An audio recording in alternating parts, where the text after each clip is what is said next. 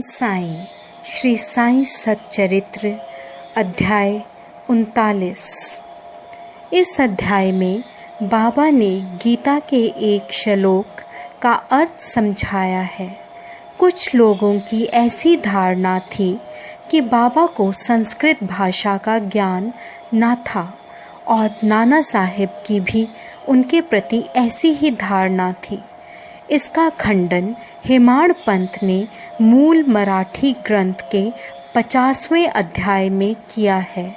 दोनों अध्यायों का विषय एक सा होने के कारण वे यहाँ सम्मिलित रूप में दिए जाते हैं। प्रस्तावना। शिरडी के सौभाग्य का वर्णन कौन कर सकता है। श्री द्वारका माई भी धन्य है, जहाँ श्री साईं ने आकर निवास किया और वहीं समाधिस्थ हुए।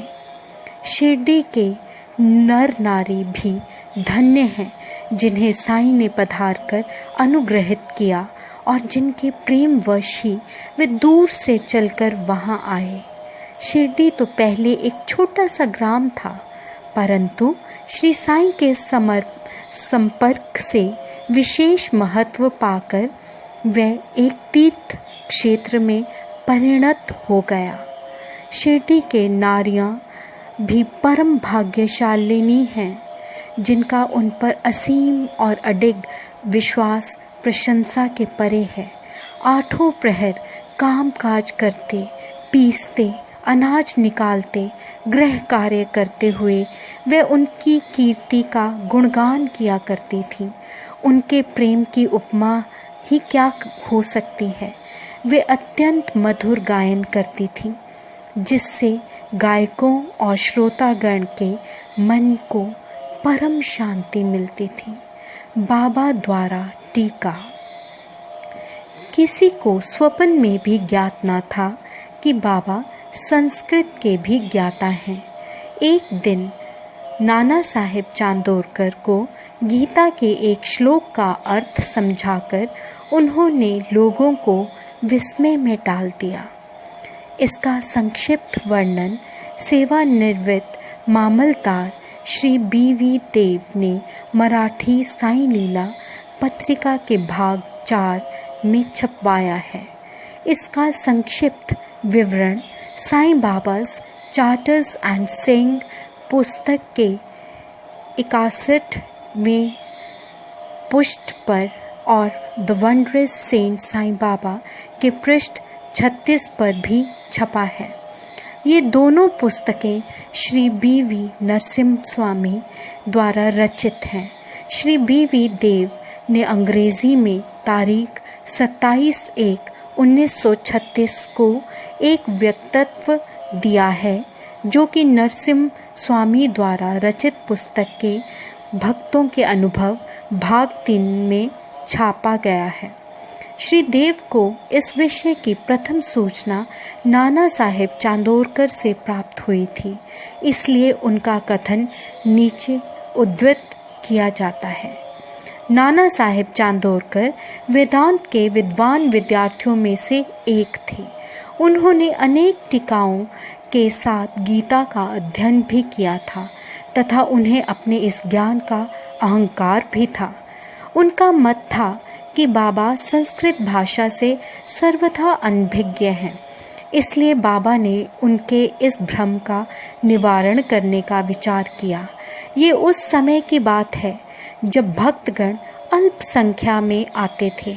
बाबा भक्तों से एकांत में देर तक वार्तालाप किया करते थे। नाना साहेब इस समय बाबा की चरण सेवा कर रहे थे और अस्पष्ट शब्दों में कुछ गुनगुना रहे थे। बाबा, नाना, तुम धीरे धीरे क्या कह रहे हो? नाना, मैं गीता के एक श्लोक का पाठ कर रहा हूँ। बाबा, कौन सा श्लोक है वह? नाना, ये भागवत गीता का एक श्लोक है। बाबा, ज़रा उसे उच्च स्वर में कहो। तब नाना भगवत गीता के 4 अध्याय का श्लोक कहने लगे। तद्विद्धि प्रणिपातेन परिप्रश्नेन सेवाय उपदेक्ष्यन्ति ते ज्ञानम ज्ञानिन सत्त्वदर्शिनम। बाबा: नाना, क्या तुम्हें इसका अर्थ विदित है? नाना: जी महाराज। बाबा: यदि विदित है तो मुझे भी सुनाओ। नाना: इसका अर्थ है, तत्व को जानने वाले ज्ञानी पुरुषों को भली प्रकार दंडवत कर सेवा और निष्कपट भाव से किए गए प्रश्न द्वारा उस ज्ञान को जान वे ज्ञानी जिन्हें सद्वस्तु की प्राप्ति हो चुकी है तुझे ज्ञान का उपदेश देंगे। बाबा: नाना, मैं इस प्रकार का संकुल भावार्थ नहीं चाहता। मुझे तो प्रत्येक शब्द और उसका भाषांतरित उच्चारण करते हुए व्याकरण सम्मत अर्थ समझाओ। अब नाना एक एक शब्द का अर्थ समझाने लगे। बाबा: नाना, क्या केवल साष्टांग नमस्कार करने ही पर्याप्त है? नाना: नमस्कार करने के अतिरिक्त मैं प्रणिपात का कोई दूसरा अर्थ नहीं जानता। बाबा: परिप्रश्न का क्या अर्थ है? नाना: प्रश्न पूछना। बाबा: प्रश्न का क्या अर्थ है? नाना: वही प्रश्न पूछना। बाबा: यदि परिप्रश्न और प्रश्न दोनों का अर्थ एक ही है तो फिर व्यास ने परि उपसर्ग का प्रयोग क्यों किया? क्या व्यास की बुद्धि भ्रष्ट हो गई थी? नाना: मुझे तो परिप्रश्न का अन्य अर्थ विदित नहीं है। बाबा: सेवा यहाँ किस प्रकार की सेवा का से आशय है? नाना: वही जो हम लोग सदा आपकी करते रहते हैं। बाबा: क्या ये सेवा पर्याप्त है? नाना: और इससे अधिक सेवा का कोई विशिष्ट अर्थ मुझे ज्ञात नहीं है।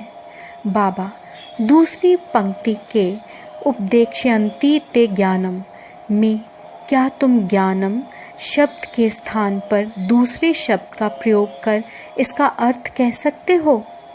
नाना: जी हाँ। कौन सा शब्द? अज्ञानम। ज्ञानम के बजाय उस शब्द को जोड़कर क्या इस श्लोक का अर्थ निकलता है? नाना: जी नहीं। शांकर भाष्य में इस प्रकार की कोई व्याख्या नहीं है। बाबा: नहीं है तो क्या हुआ? यदि अज्ञान शब्द के प्रयोग से कोई उत्तम अर्थ निकल सकता है तो उसमें क्या आपत्ति है? नाना: मैं नहीं जानता कि उसमें अज्ञान शब्द का किस प्रकार प्रयोग होगा। बाबा: कृष्ण ने अर्जुन को क्यों ज्ञानियों या तत्वदर्शियों को नमस्कार करने, उनसे प्रश्न पूछने और सेवा करने का उपदेश किया था? क्या स्वयं कृष्ण तत्वदर्शी नहीं थे, वस्तुतः स्वयं ज्ञान स्वरूप? नाना: जी हाँ, वे ज्ञान अवतार थे, परंतु मुझे ये समझ में नहीं आता कि उन्होंने अर्जुन से अन्य ज्ञानियों के लिए क्यों कहा। बाबा: क्या तुम्हारी समझ में नहीं आया? अब नाना हतप्रभ हो गए। उनका घमंड चूर हो चुका था। तब बाबा स्वयं इस प्रकार अर्थ समझाने लगे। ज्ञानियों को केवल साष्टांग नमस्कार करना पर्याप्त नहीं है। हमें सद्गुरु के प्रति अनन्य भाव से शरणागत होना चाहिए। केवल प्रश्न पूछना पर्याप्त नहीं। किसी कुप्रवृत्ति या पाखंड या वाक्य जाल में फंसाने या कोई त्रुटि निकालने की भावना से प्रेरित होकर प्रश्न नहीं करना चाहिए, वरन प्रश्न उत्सुकता पूर्वक केवल मोक्ष या आध्यात्मिक पद पर उन्नति प्राप्त करने की भावना से ही प्रेरित होकर करना चाहिए। मैं तो सेवा करने या अस्वीकार करने में पूर्ण स्वतंत्र हूँ। जो ऐसी भावना से कार्य करता है वह सेवा नहीं कही जा सकती। उसे अनुभव करना चाहिए कि मुझे अपने शरीर पर कोई अधिकार नहीं है। इस शरीर पर तो गुरु का ही अधिकार है और केवल उनकी सेवा की निमित्त ही वह विद्यमान है। इस प्रकार आचरण करने से तुम्हें सद्गुरु द्वारा ज्ञान की प्राप्ति हो जाएगी, जैसा कि पूर्व श्लोक में बताया गया है। नाना को ये समझ में नहीं आ सका कि गुरु किस प्रकार अज्ञान की शिक्षा देते हैं। बाबा, ज्ञान का उपदेश कैसा है, अर्थात भविष्य में प्राप्त होने वाली आत्मानुभूति की शिक्षा। अज्ञान का नाश करना ज्ञान है। अंधकार नष्ट करने का अर्थ प्रकाश है। जब हम द्वैत नष्ट करने की चर्चा करते हैं तो हम अद्वैत की बात करते हैं। जब हम अंधकार नष्ट करने की बात करते हैं तो उसका अर्थ है कि प्रकाश की बात करते हैं। यदि हम अद्वैत की स्थिति का अनुभव करना चाहते हैं तो हमें द्वैत की भावना नष्ट करनी चाहिए। यही अद्वैत स्थिति प्राप्त होने का लक्षण है। द्वैत में रहकर अद्वैत की चर्चा कौन कर सकता है? जब तक वैसी स्थिति प्राप्त ना हो तब तक क्या उसका कोई अनुभव कर सकता है? शिष्य श्री सद्गुरु के समान ही ज्ञान की मूर्ति है। उन दोनों में केवल अवस्था, उच्च अनुभूति, अद्भुत अलौकिक सत्य, अद्वितीय योग्यता और ऐश्वर्य योग में भिन्नता होती है। सद्गुरु निर्गुण निराकार सच्चिदानंद है। वस्तुतः वह केवल मनुष्य जाति और विश्व के कल्याण के निमित्त स्वेच्छापूर्वक मानव शरीर धारण करते हैं, परंतु नर देह धारण करने पर भी उनकी सत्ता की अनंतता में कोई बाधा उपस्थित नहीं होती। उनकी आत्मोपलब्धि, लाभ, दैविक शक्ति और ज्ञान सदा एक से रहते हैं।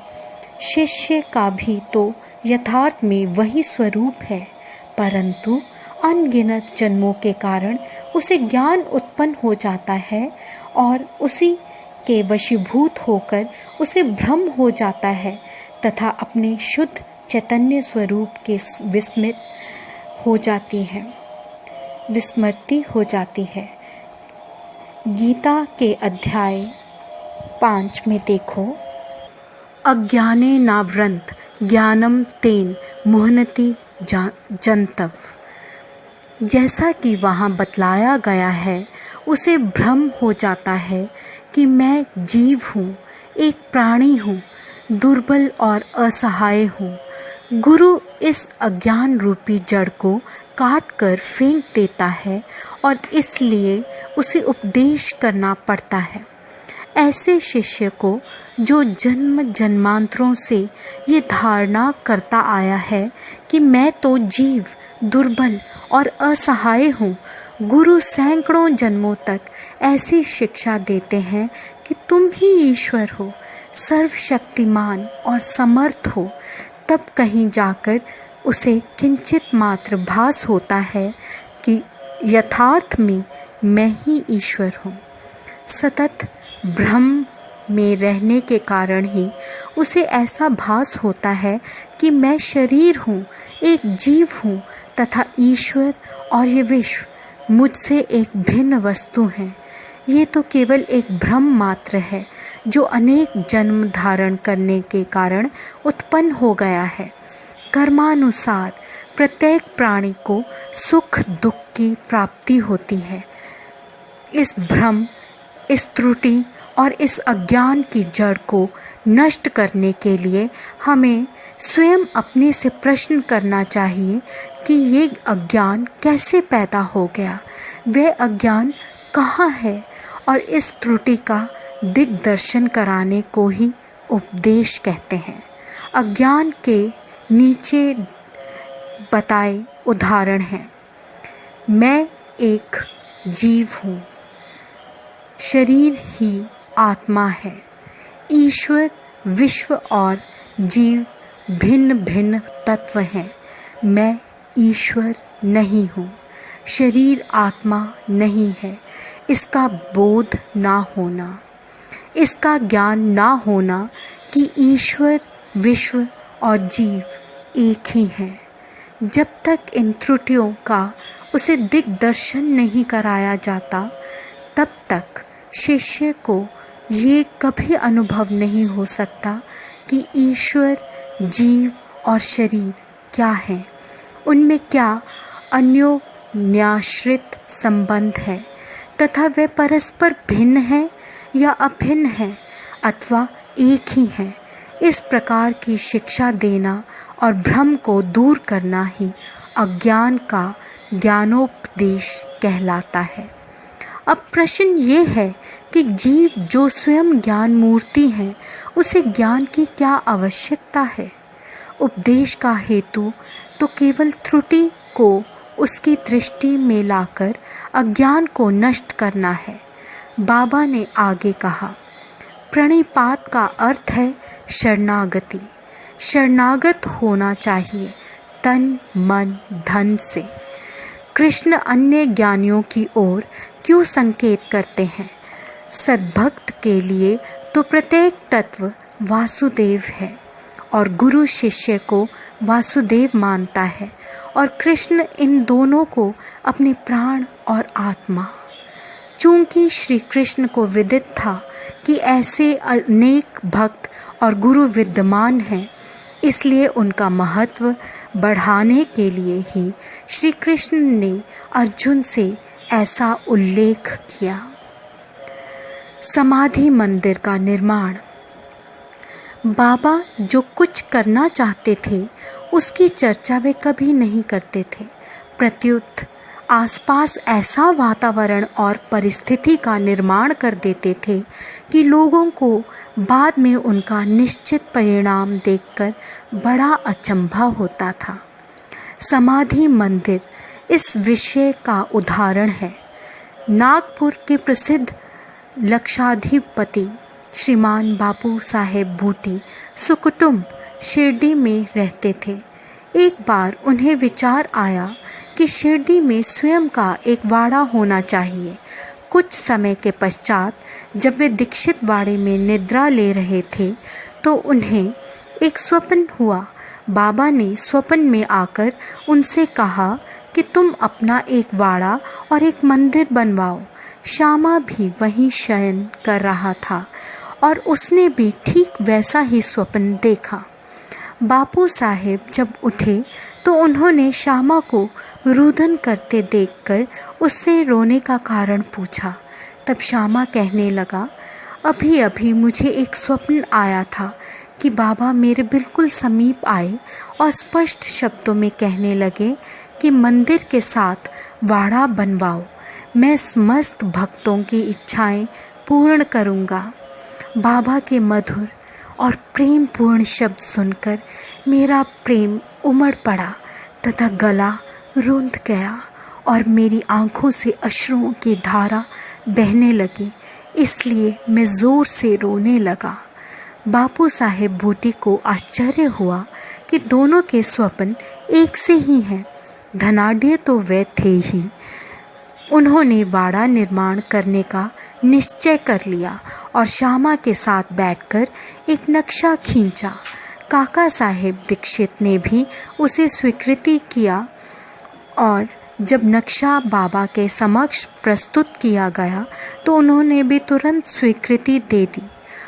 तब निर्माण कार्य प्रारंभ कर दिया गया और श्यामा की देखरेख में नीचे मंजिल, तहखाना और कुआं बनकर तैयार हो गए। बाबा भी लेंडी को आते जाते समय परामर्श दे दिया करते थे। आगे ये कार्य बापू साहेब जोग को सौंप दिया गया। जब कार्य इस तरह चल ही रहा था, उसी समय बापू साहेब जोग को एक विचार आया कि कुछ खुला स्थान भी अवश्य होना चाहिए, जिसके बीचों बीच मुरलीधर की मूर्ति की भी स्थापना की जाए। उन्होंने अपना विचार श्यामा को प्रकट किया तथा बाबा से अनुमति प्राप्त करने को कहा। जब बाबा वाड़े के पास से जा रहे थे तभी श्यामा ने बाबा से प्रश्न कर दिया। श्यामा का प्रश्न सुनकर बाबा ने स्वीकृति देते हुए कहा कि जब मंदिर का कार्य पूर्ण हो जाएगा तब मैं स्वयं ही वहाँ निवास करूँगा। और वाड़े की ओर दृष्टिपात करते हुए कहा, जब वाड़ा पूर्ण बन जाएगा तब हम सब लोग उसका उपभोग करेंगे, वहीं रहेंगे, घूमेंगे फिरेंगे और एक दूसरे को हृदय से लगाएंगे तथा आनंद पूर्वक विचरेंगे।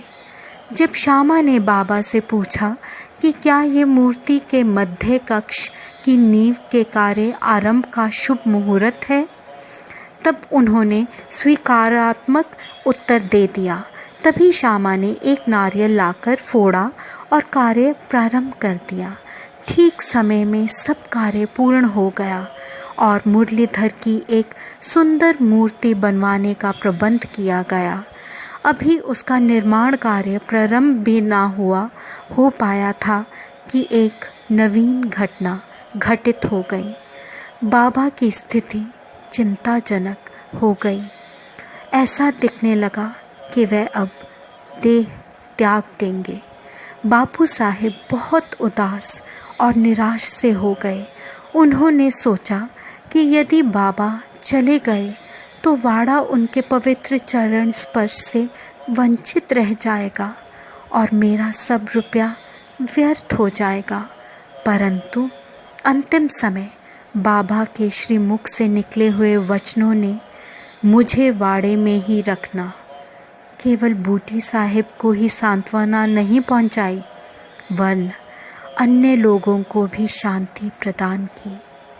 कुछ समय के पश्चात बाबा का पवित्र शरीर मुरलीधर की मूर्ति के स्थान पर रख दिया गया। बाबा स्वयं मुरलीधर बन गए और वाड़ा साईं बाबा का समाधि मंदिर। उनकी अगाध लीला की था कोई ना पा सका। श्री बापू साहिब बूटी धन्य है जिनके वाड़े में बाबा का दिव्य और पवित्र पार्थिव शरीर अब विश्राम कर रहा है। श्री सद्गुरु साईनाथा प्रणमस्तु, शुभम भवतु। ओम साईं। ओम साईं। श्री साईं सच्चरित्र